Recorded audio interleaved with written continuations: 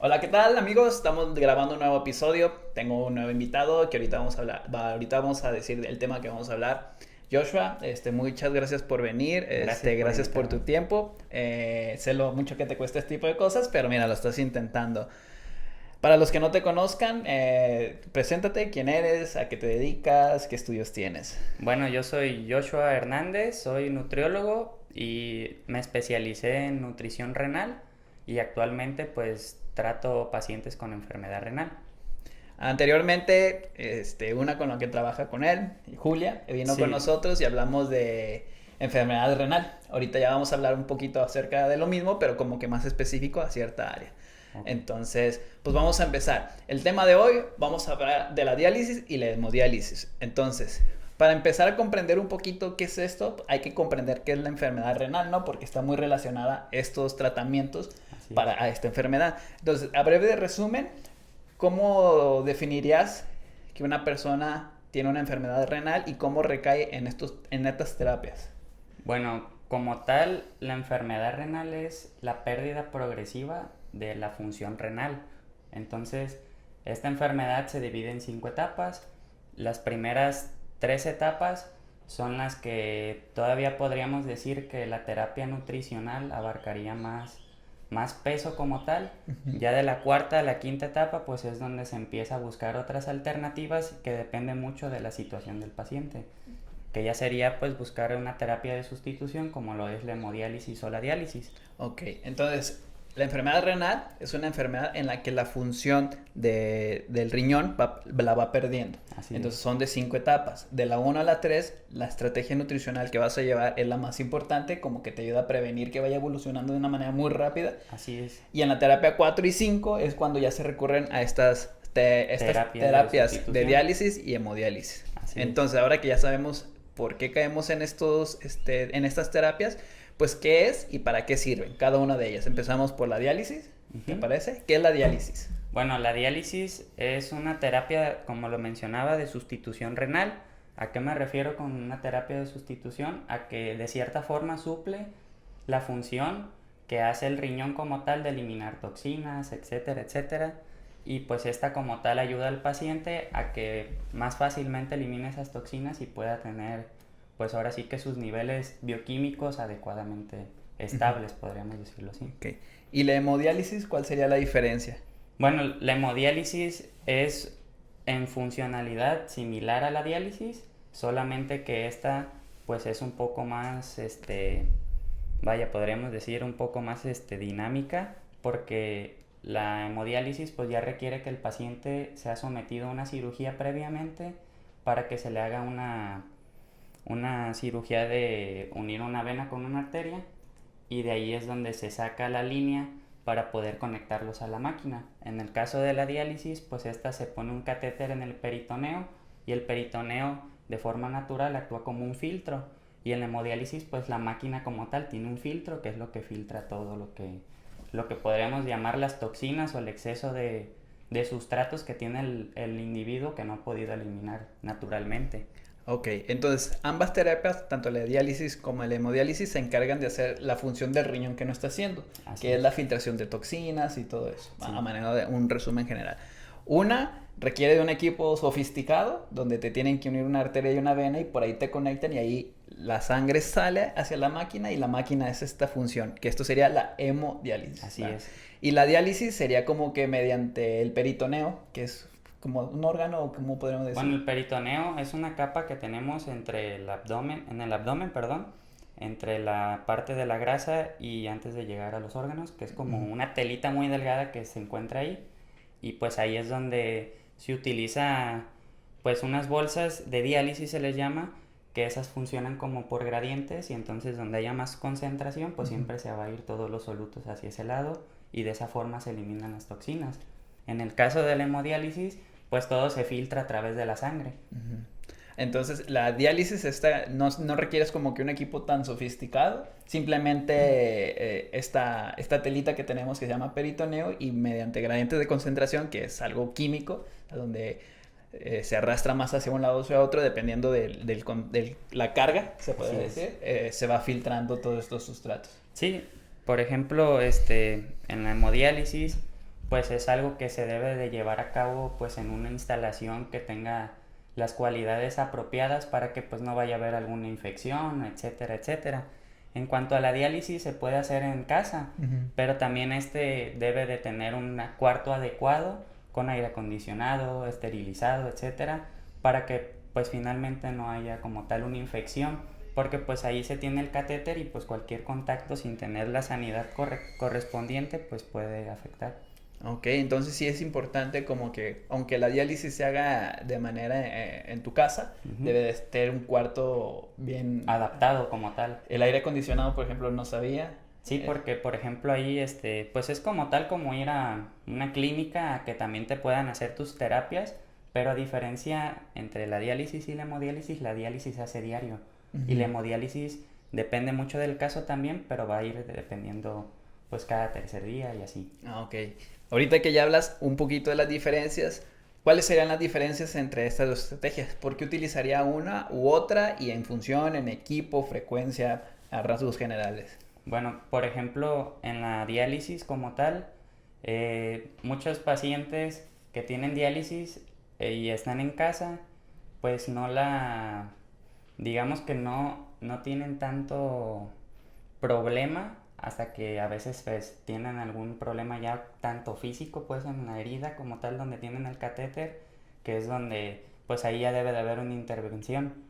Y en la hemodiálisis pues siempre hay alguien ahí que te esté cuidando como tal para ayudarte en cualquier situación que te baje la presión, porque es muy común que a los pacientes en hemodiálisis les baje repentinamente la presión por la extracción de solutos y sustratos que están teniendo mediante la sangre, porque también pues ellos pierden agua a la hora de realizarse ese tipo ¿cómo se dice? De terapias como tal.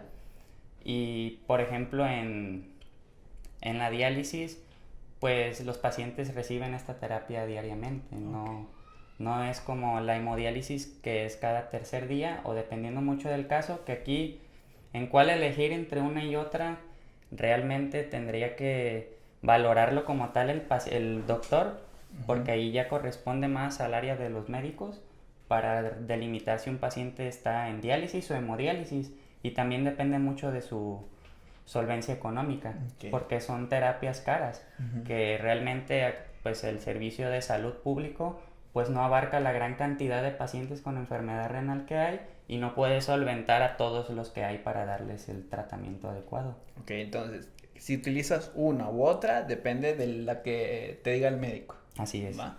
Entonces, en cuanto a equipo, ¿qué se necesita para una diálisis o para una hemodiálisis? Bueno, para una diálisis es una máquina de diálisis como tal, en donde cada sesión se le intercambian unas bolsas de sustancia dializante, que es la que ayuda a que se realice ese intercambio. Hay muchas bolsas que son diferentes y va a depender mucho del caso de cada paciente de cuál se va a utilizar, porque también estas pues hacen que el paciente de repente se inflame un poco, porque pues al final de cuentas es líquido que se queda de repente residualmente en la parte del peritoneo y son pacientes que los vemos inflamados, etcétera. Entonces también de cierta manera es algo muy incómodo.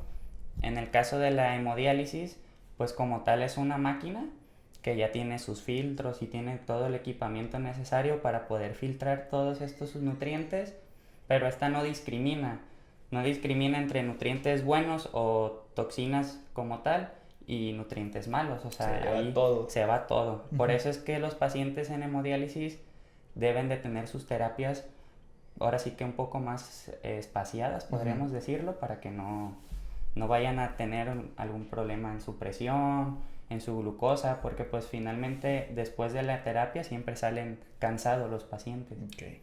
¿Esta bolsita que hablas de la diálisis son costosas o más o menos tienes Sí, son algo costosas. La verdad es de que creo que ahorita oscilan entre unos 800, 900 pesos cada bolsa.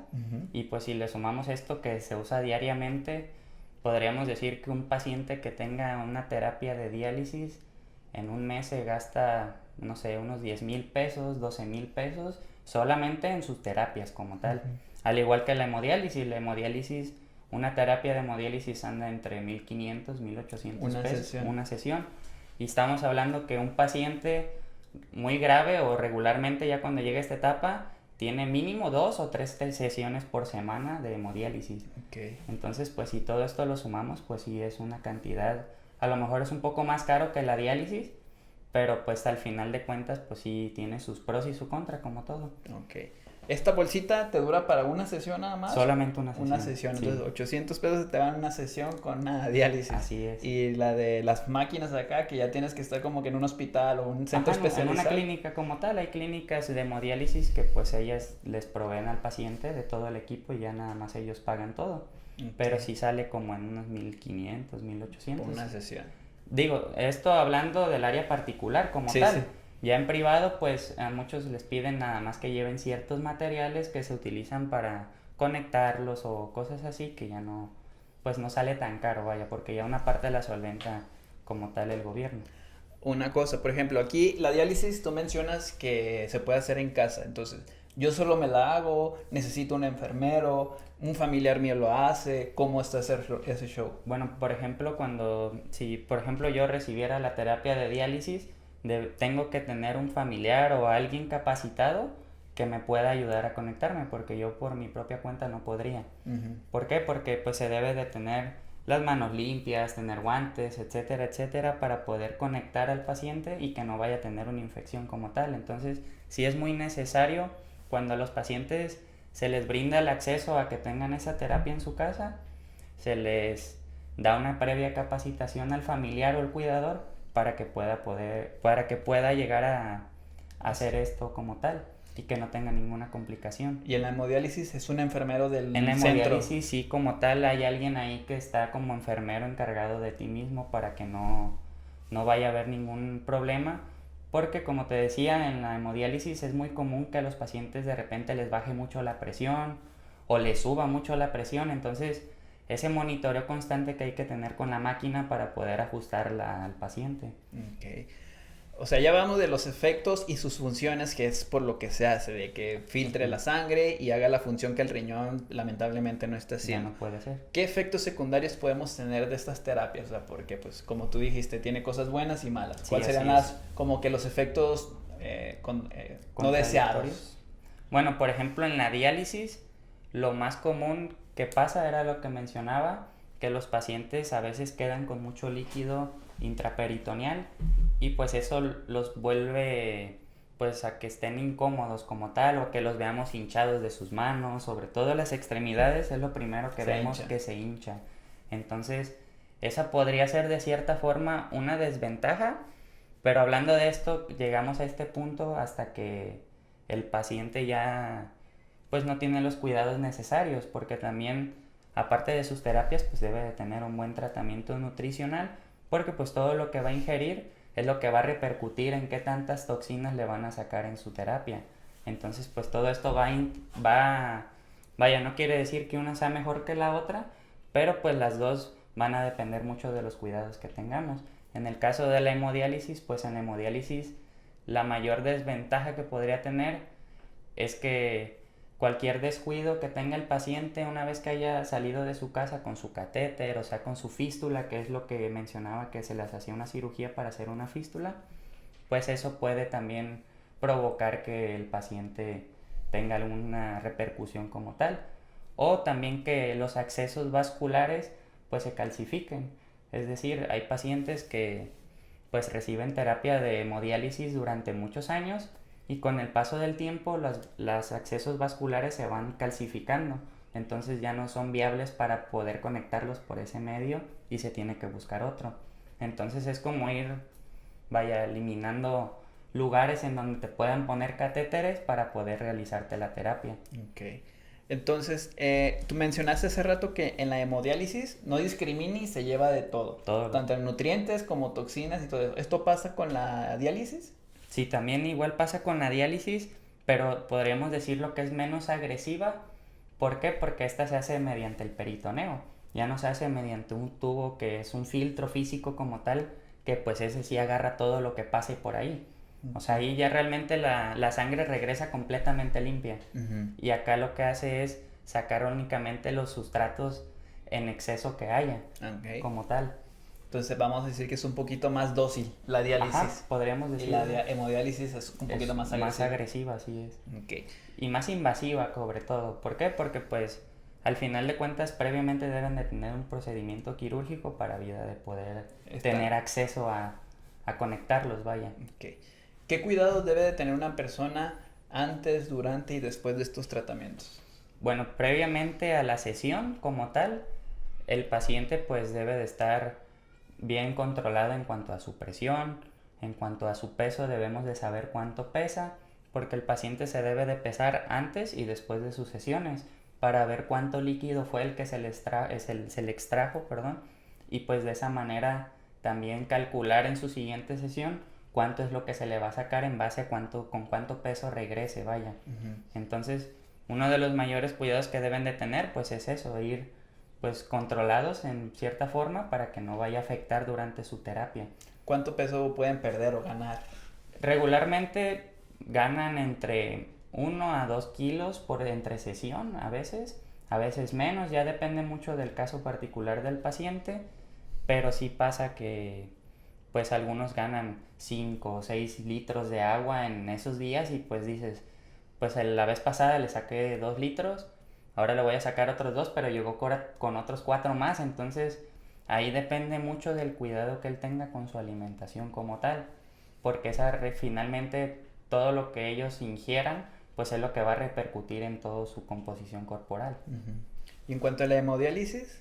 En la hemodiálisis, de igual forma, un cuidado previo que se debe de tener es mucha higiene sobre todo, porque pues los accesos se pueden infectar y pues como tienen contacto directo con la sangre, pues es un poco más de tener cuidados, que claro, acá al final de cada sesión al paciente pues se le venda todo para que no quede expuesta ninguna parte de su catéter o fístula, sea lo que tengan, y pues de esa manera evitar una sepsis como tal, que sería una infección generalizada de la sangre, ¿no? Así es. Muy bien, entonces ya hablamos más o menos de los costos, el tiempo de la diálisis todos los días, de lunes a domingo. Así es. O si puede haber un día que no. No, eso sí depende mucho, obviamente, del caso, pero en su mayoría es todos los días. Todos los días. Sí. Y la hemodiálisis cada 3 días. Cada tercer día. Más o menos. Más o menos. ¿Cómo saber si mis terapias están siendo exitosas? ¿Hay parámetros con los que podemos evaluar cómo se sienta la persona? Aquí, por ejemplo, lo que se busca es que el paciente no llegue a generar un desgaste energético proteico. O sea, que el paciente no empiece a desnutrirse a tal grado que pierda funcionalidad mecánica. O sea, que ya no pueda caminar, que ya no pueda valerse por sí mismo. Regularmente, muchos pacientes que ya están en esta etapa, pues son adultos mayores. O bueno, se ha visto muchos casos de adultos mayores que como todo, también hay jóvenes, pero pues esto ya es cuando se tiene una enfermedad renal congénita o es por drogas o por algún exceso de algunas sustancias que pues afectan al riñón como tal. Entonces, puede ser tanta el estrés que genera que puede empezar a incapacitarte de caminar y cosas por el estilo. Si no se tiene una buena alimentación, sí. ¿Por qué? Porque supongamos que el cuerpo pues sanamente tiene cierto desgaste. Cuando nosotros tenemos una enfermedad tiene otro tipo de desgaste que también requiere pues cubrir cierto requerimiento calórico para que no vaya a afectar como tal. Y cuando se tiene una terapia de esta pues se tiene un triple desgaste todavía. Entonces sí, se busca siempre pues suplementar al paciente en algunas ocasiones porque pues ya es tanto el daño que tienen que ni siquiera ellos tienen la capacidad de comer alimentos como tal porque no les gustan. Sienten un sabor metálico en la boca o ya no pueden deglutir bien, no tienen dientes. Entonces todo eso pues sí influye mucho en su terapia como tal. Me imagino que también en su estado. Que los monitorean mediante exámenes bioquímicos. Sí, así es. Por ejemplo, yo empecé hoy, pues estoy de la chingada con mi riñón, empiezo con la diálisis. ¿Cada cuánto tiempo después de que empecé mi periodo, como que monitorean esta parte con bioquímicos? Los bioquímicos se hacen una vez al mes para ver qué tanto ha progresado el paciente o qué tanto ha retrocedido el paciente. ¿Por qué? Porque pues si lo hacemos de 1 a 2 semanas, los estudios, una es que es muy caro realizártelos cada 2 semanas, cada 15 días. Y pues si a esto le sumamos también al precio de la hemodiálisis y a todo lo demás, pues sí es un gasto muy fuerte, Sí. realmente. Por eso es que siempre se busca la prevención. Sí, claro que sí. Entonces, pues como tal sí es algo que se debe de cuidar mucho, pues el lado económico sobre todo, pues en esos pacientes, porque pues sí tienen muchos gastos, medicamentos, doctores, nutriólogo, y pues la alimentación es la base para que no se desarrolle o se lleve más a empeorar más. Y en estos exámenes, qué parámetros se buscan específicamente? Bueno, se evalúa mucho los electrolitos, Ujú. que pues estos, cuando nosotros tenemos una enfermedad renal, pues se van a descontrolar como tal, hay un descontrol de electrolitos, la urea y la creatinina pues también aumentan. ¿Por qué? Porque pues estas ya no pueden ser eliminadas a partir del riñón, ya no puede eliminarlas y se quedan en la sangre. Entonces estas pues generan síntomas que al final de cuentas repercuten día a día en el paciente, en cambios de humor, que son pacientes que tú los ves muy tranquilos y de repente están de malas, molestos, son agresivos o a veces tienen cambios de humor muy repentinos debido a esa toxicidad que les causa todas estas toxinas en la sangre, todo este exceso, vaya. Ok, entonces buscan electrolitos, creatinina y Urea. urea. Eso es lo que como que se Como mantenga lo dentro. principal, podríamos decir. Se evalúan muchas otras cosas, también por ejemplo la hemoglobina en los pacientes en hemodiálisis. ¿Por qué? Porque como ya te mencioné, la extracción de sangre pues también ese filtro no discrimina, no sabe entre qué nutrientes es bueno y necesita la persona y cuáles no. Entonces es muy común que también la hemoglobina baje. Por eso es que a muchos pacientes pues se les proporciona la eritropoyetina que les ayuda a subir su hemoglobina y que no caigan en anemia sobre todo. Un paciente renal puede volverse anémico por los Así es. tratamientos. Entonces también esto se va monitoreando. Así es, se va monitoreando todo eso también. ¿Con estas terapias vuelven a los valores normales, digámoslo de la manera, o están por encima? Por ejemplo, una persona diabética, pues a lo mejor ya no vuelve a estar debajo de los 90 Ajá. miligramos por decilitro.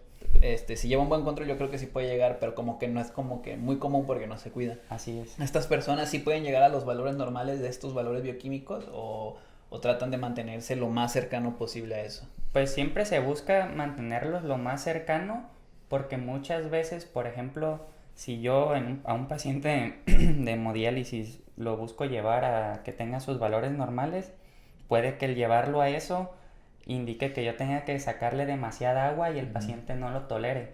Entonces se debe de mantener en un rango un poco más amplio de lo normal, pero no llevarlo a tener tanto, vaya, a que no baje tanto esos niveles de bioquímicos para que no vayan a afectarlo a él como tal, porque muchos pacientes se sienten mal cuando les baja esos niveles que cuando les suben. Es decir, hay pacientes que se sienten mal cuando les baja la presión y no cuando les sube la presión. Pueden tener la presión altísima y estar como si nada, normal, platicando, etcétera. Pero les baja la presión y ahí sí es donde empiezan ellos a decaer. Entonces sí, no como tal, nunca se lleva a tener los parámetros normales, pero se busca mantenerlo lo más controlado para que el paciente esté estable. Y que él se sienta bien. Y se sienta bien, sobre todo. Okay. Vamos a entrar a una parte que yo creo que cobra mucha relevancia en este tipo de tratamientos, que es la nutrición. ¿En qué debemos tener cuidado? Por ejemplo, empecemos con los macronutrientes. Una persona que está en diálisis, ¿cuáles serían como que los rangos en los que se debe manejar? Bueno, por ejemplo, un paciente en hemodiálisis o en diálisis debe de tener una ingesta de proteínas elevada, porque te mencionaba que, pues como tal, la terapia de sustitución como estas, pues indican en el cuerpo un desgaste mayor. Entonces se debe de aumentar los requerimientos para poder cubrir ese desgaste que se tiene. Más o menos un paciente en diálisis o hemodiálisis debe de consumir 1.2 gramos por kilogramo de peso de proteína. Entonces, si tú dices, bueno, la proteína les hace daño a los pacientes renales, sí, sí, sí, como tal, pero no es que, pero esta proteína como tal, pues va a ser eliminada las toxinas a partir de las terapias. Entonces, lo que se busca, obviamente, es cambiar la calidad de los alimentos, darle proteínas más magras, no dar carne de res, sobre todo. ¿Por qué? Porque las toxinas que genera pues la carne de res como tal, pues es un poquito más difícil de eliminar, podríamos decir, de cierta forma. Y pues en cuanto a los carbohidratos, calorías, todo esto pues también se debe de calcular pues dependiendo del estado físico del paciente, porque también no podemos darle muchísima comida porque al final de cuentas el paciente no se lo va a comer, porque pues aparecen todos estos síntomas que es la falta de capacidad para deglutir o el mal sabor de boca. Entonces pues eso también hace que el paciente no tenga mucho antojo de la comida. Entonces es muy importante siempre mantener esas toxinas a nivel para que no vaya a provocar esta clase de síntomas y no interfiera en la nutrición del paciente. ¿Qué es lo más común qué es lo más común cuando estas personas llegan a este tipo de terapias? Que tengan sobrepeso, obesidad, normopeso o estén bajas de peso. ¿O varía así muy, muy cañón? Sí varía mucho, la verdad, porque depende mucho del caso, depende mucho del por qué hayan desarrollado la enfermedad renal. Comúnmente o más fácilmente encontramos pacientes obesos, pero que pues estos no solamente son obesos, sino que también fueron hipertensos, fueron diabéticos y nunca tuvieron un control. ¿Por qué? Porque la diabetes y la hipertensión pues son las dos principales causas de enfermedad renal como tal. El peso pues también va a afectar. ¿Por qué? Porque pues el sobrepeso o la obesidad puede generar diabetes o hipertensión. Entonces es como una escalera que vamos a ir subiendo poco a poquito si no nos cuidamos correctamente. Y si una persona llega con sobrepeso, obesidad a estas terapias, ¿se le busca bajar de peso, mantenerlo o cuál sería lo ideal para él? Por ejemplo, una persona obesa tiene un mejor pronóstico entrando a una terapia de hemodiálisis que una persona delgada. Uh-huh. ¿Por qué? Porque pues al final de cuentas la persona obesa tiene más, más reservas energéticas y va a hacer que el desgaste energético proteico llegue mucho después. O sea, porque va a tener que degradar muchísimo antes de llegar a ese grado. Pero pues por ejemplo una persona delgada sí es más difícil subirla de peso que una persona pues obesa que baje de peso. ¿Por qué? Porque la misma terapia le va a ayudar finalmente a disminuir su peso.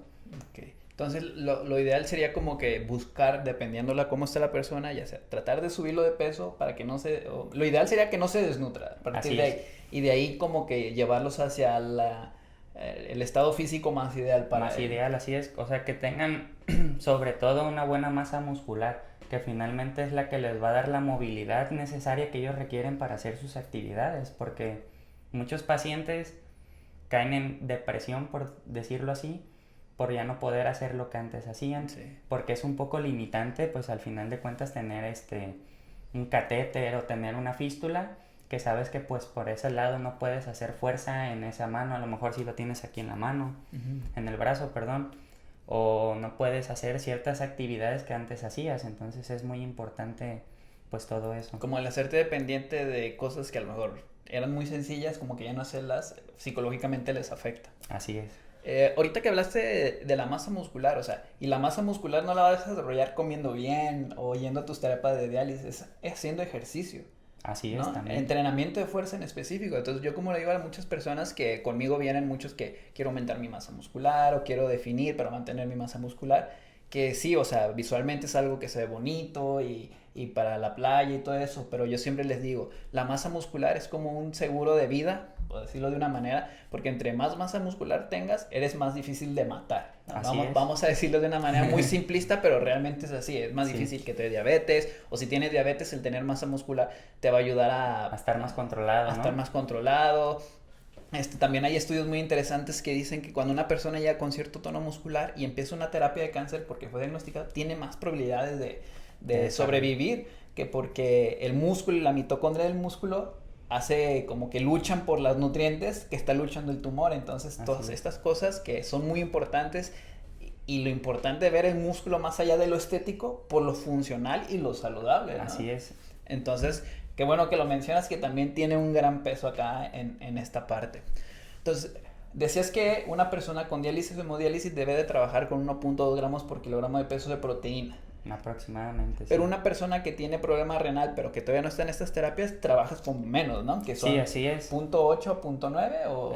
A veces se lleva lo mínimo que se utiliza es a veces hasta 0.6, 0.7 de proteína, pero pues estos pacientes están en una etapa de prediálisis, así se le llama esta etapa, porque todavía no llegan a una terapia de sustitución como lo son la hemodiálisis y la diálisis. Entonces, aquí, por ejemplo, se tiene un buen pronóstico siempre y cuando el paciente tenga un adecuado tratamiento nutricional y médico. ¿Por qué? Porque en cuanto a la parte médica, los médicos pueden proporcionar alfa-cetoanálogos que ayuden a brindar proteína, porque los alfa-cetoanálogos son proteínas que no generan residuos como tal, no generan toxinas. Desechos. Entonces, Como si comiéramos y no nos fuéramos al baño. así es. Entonces, pues aquí se trata que a la par esté el trato nutricional con el médico para que se pueda de cierta forma pausar la enfermedad renal y que no siga avanzando en sus diferentes etapas el paciente. Que claro, como todo, va a llegar a un punto en el que a lo mejor sí pueda llegar a necesitar una terapia de sustitución, pero vamos a hacer que ese punto llegue si a lo mejor sin esos cuidados el paciente hubiera llegado a hemodiálisis en 2 años más, pues con esto puede que sea en 6 años más, 7 años más, entonces pues alargamos la calidad de vida del paciente como tal. Ok, entonces cuando una persona no está en la hemodiálisis pero tiene un daño renal, puedes trabajar de 0.6 a 0.8 gramos por kilogramo de proteína.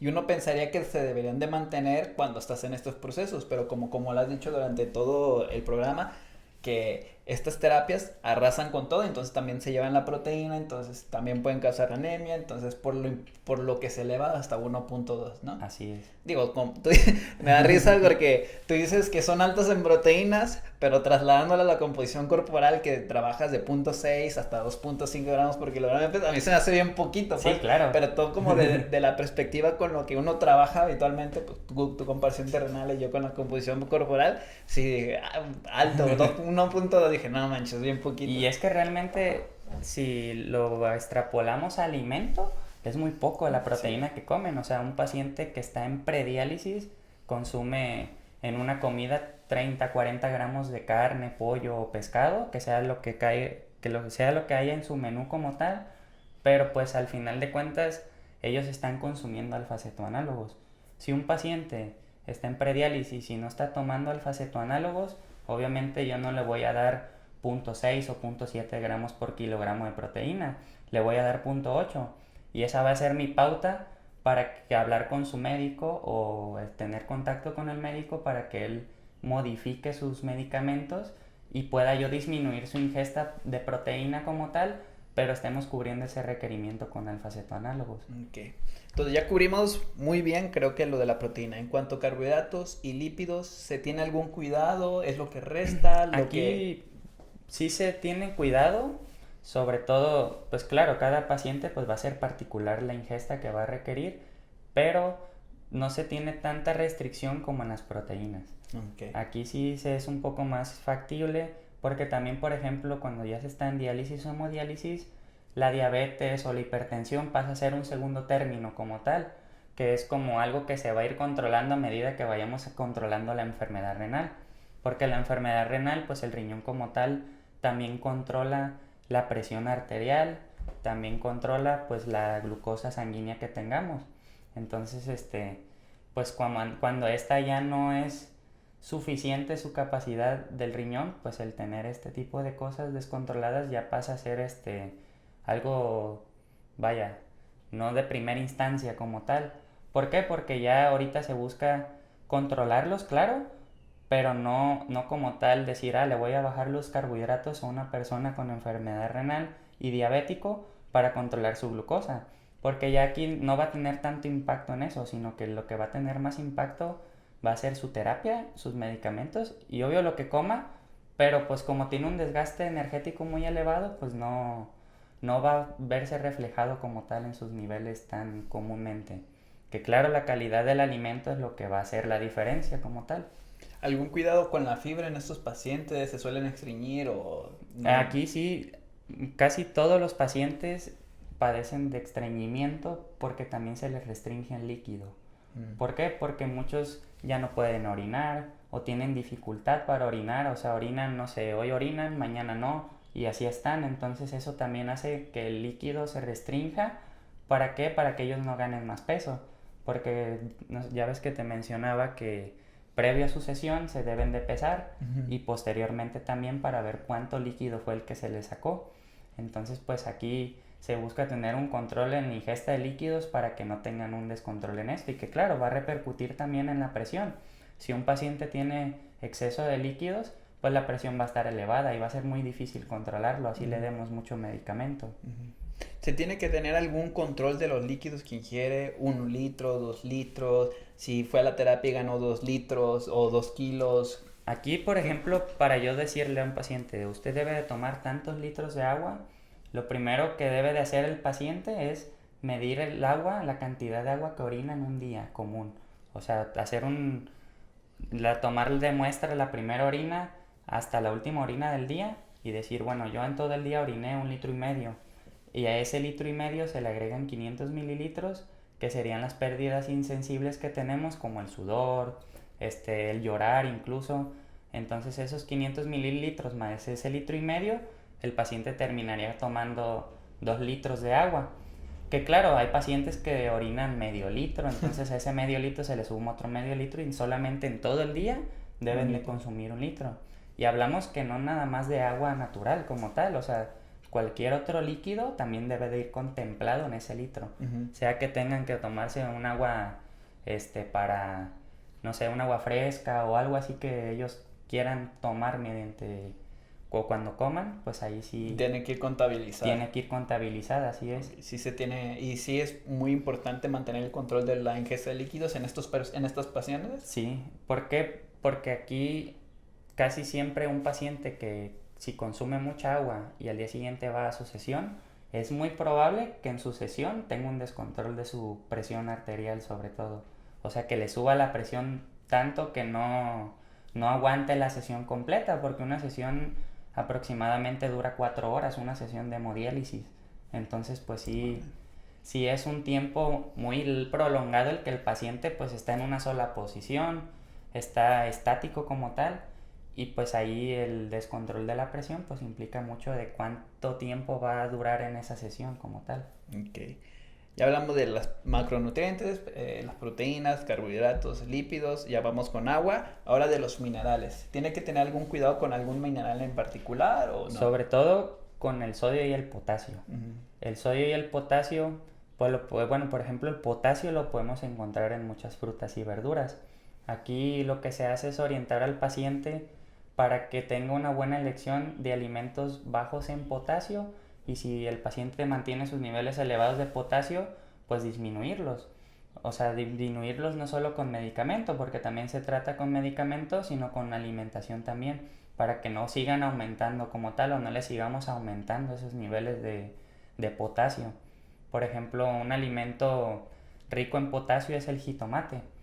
No quiere decir que yo como nutriólogo le vaya a quitar a un paciente que tiene el potasio alto el jitomate, pero puedo disminuir la porción que se va a servir el paciente. Es decir, si una porción de jitomate es una pieza, pues yo le puedo dar en una comida media pieza para que solamente adorne su alimento y no decirle como tal satanizar el jitomate que le va a hacer daño, que muy comúnmente se hace utilizando herramientas como los semáforos de alimentos que te dicen lo verde es lo que sí, lo amarillo es lo que no y lo rojo es lo que de plano nada. Entonces, el decir que de plano nada, pues ¿qué hacemos?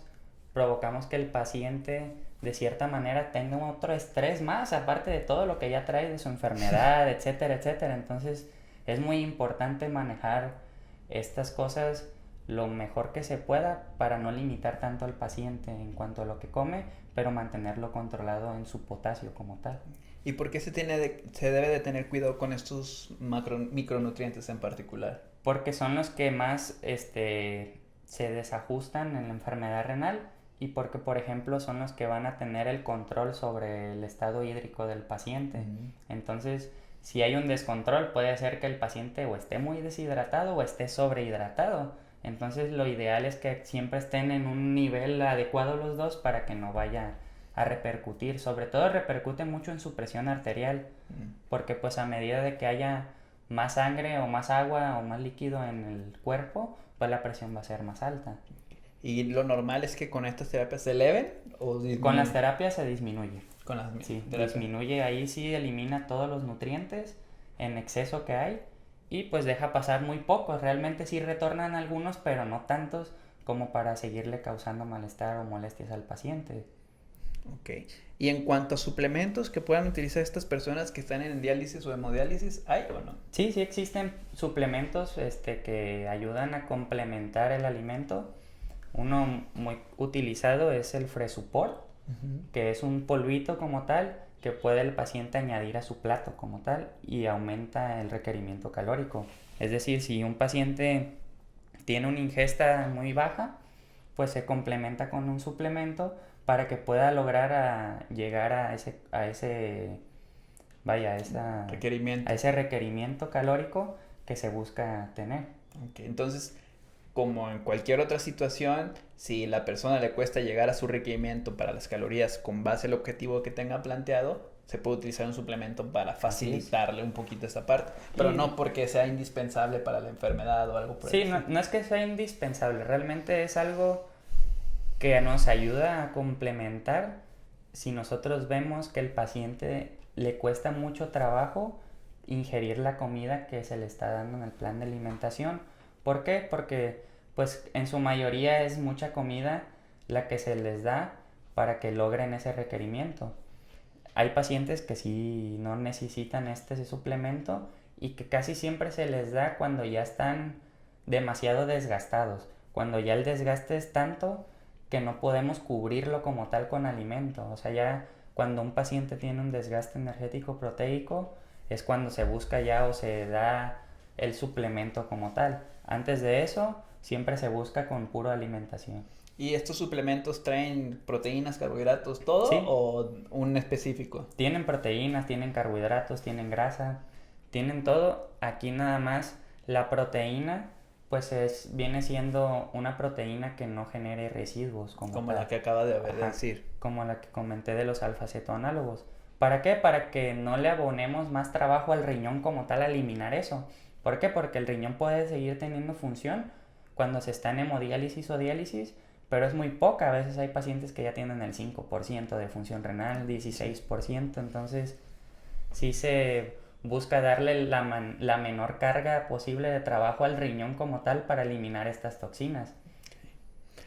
¿Cuántas calorías, más o menos, depende de la persona, ronda una dieta de un paciente de, de esta enfermedad? Un paciente, podríamos decir joven, eh, se le debe de calcular entre 30 gramos, perdón, kilocalorías por kilogramo de peso al día, más o menos.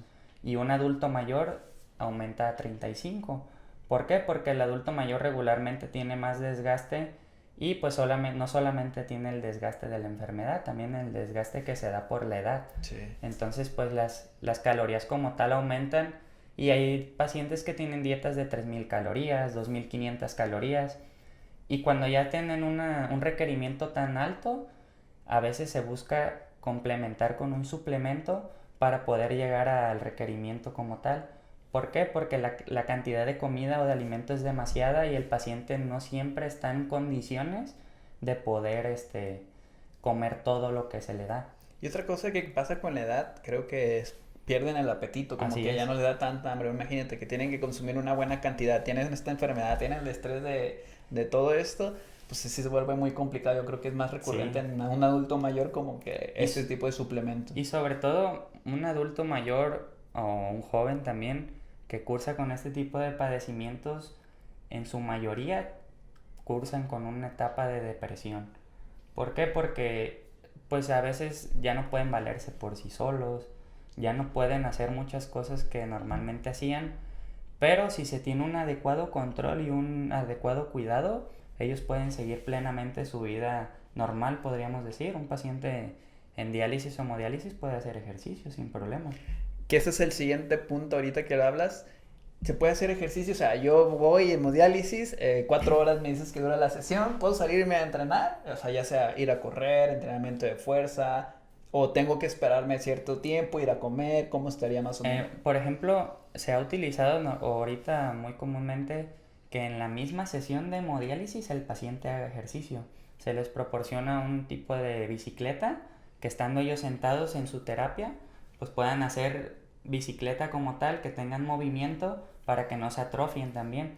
¿Por qué? Porque son pacientes que mucho tiempo pasan acostados, entonces el estar acostado, pues como sabemos, el músculo se va depletando como tal y pues este movimiento los ayuda a que tengan pues un mejor pronóstico.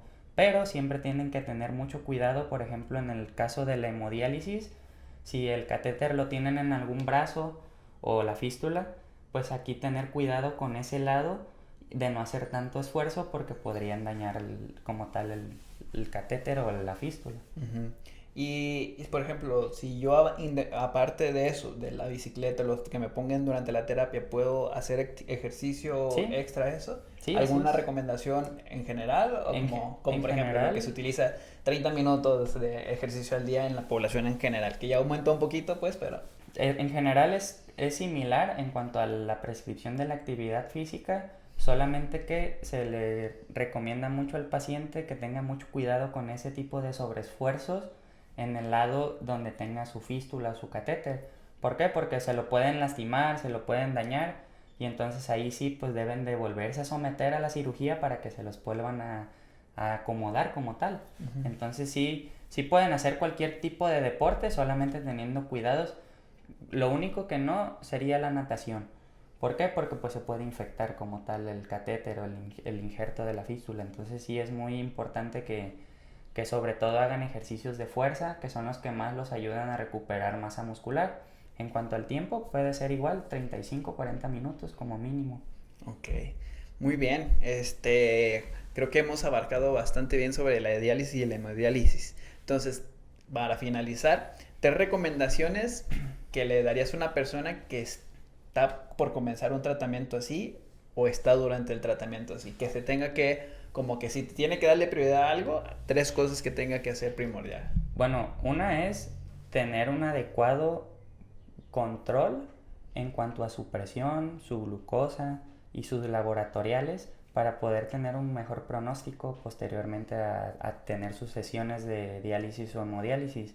Aquí también se busca también que el paciente tenga un estrecho contacto con su médico y su nutriólogo para que a la par puedan llevar su caso y que no vaya a haber, por ejemplo, si el médico le mueve algún medicamento, pues que pueda afectar a lo mejor en su apetito y yo como nutriólogo le doy más comida, pues no va a querer comer el paciente y no va a poder cumplir con eso que yo le estoy pidiendo. Entonces es muy importante que tengamos esta cercanía con los médicos también. Trabajo multidisciplinario. Así es, este trabajo multidisciplinario para poder llevar al paciente a un mejor estado nutricional. Entonces, controlar la diabetes, la hipertensión y todo esto y tener una buena comunicación con el médico que está llevando y sobre todo hacer ejercicio, que es muy importante hacerlo ahora sí que en cualquier etapa que se encuentre el paciente, sea en prediálisis o ya en diálisis o hemodiálisis. Ok, entonces cuidar tus parámetros de las enfermedades previas que probablemente te llevaron a esto, que sí, es lo más común. Es lo más común. Tener una buena comunicación entre el nutriólogo y el médico y realizar ejercicio. Esas serían tus 3 recomendaciones para tener un buen éxito en una terapia, cuando una persona está cursando este tipo de terapias a causa de una enfermedad renal. Sí, así es. Entonces, como ya vimos, este tipo de enfermedades demanda mucho tiempo, mucho dinero, mucho estrés. Y mucho esfuerzo. Entonces, por ejemplo, aquí hablas de que las personas se deprimen mucho. ¿Llevan, a tu experiencia o tu contacto con este tipo de personas, llevan esta terapia psicológica o la mayoría como que no? En algunas clínicas sí le incluyen la terapia psicológica, en otras no, y el paciente pues se le da la opción de decirle, ¿sabe qué? Pues puede ir con tal psicólogo que también le puede ayudar a buscar estrategias para que usted no se sienta tan limitado, pues en este caso mentalmente, porque ellos piensan que ya no pueden hacer nada. ¿Por qué? Porque su cuerpo ya no les responde de la manera en la que ellos quisieran. Entonces se vuelve de cierta forma frustrante y es muy importante acompañarlo todo este proceso con la terapia psicológica. Okay, pero sí es muy recurrente, digo, porque en general, en la salud en general, no vamos, o sea, ya cuando una persona está muy jodida es cuando creo que se empieza a dar esta cultura de por salud y ir a tiempo, los problemas de ansiedad, inicios de depresión y todo eso, pero como que siento como que aparte estas personas traen todo esto, más esto, entonces sí es como Sí, que... realmente son muy pocos los que acuden a terapia de psicología para vida de atenderse en ese aspecto, pero sí los hay, o sea, sí son pocos, pero los hay. Los hay. Muy bien, pues recuérdanos tu nombre. Bueno, yo soy el nutriólogo Joshua Hernández, soy nutriólogo renal y me pueden encontrar en mi página de Instagram de Nutrición Renal Consciente. En Facebook también tiene. En Facebook también es igual, Nutrición Renal Consciente. Y pues ahí también nosotros le proporcionamos ciertas estrategias a los pacientes para que puedan aplicar en su día a día. Ahí en la página de Instagram, que yo lo sigo, suben mucho contenido para este tipo de personas, que es muy dinámico y muy divertido, porque pues a veces como que es muy tedioso brindar este tipo de información y como Sí. que subirte a la tendencia de hacerlo de una manera dinámica, eso es muy importante.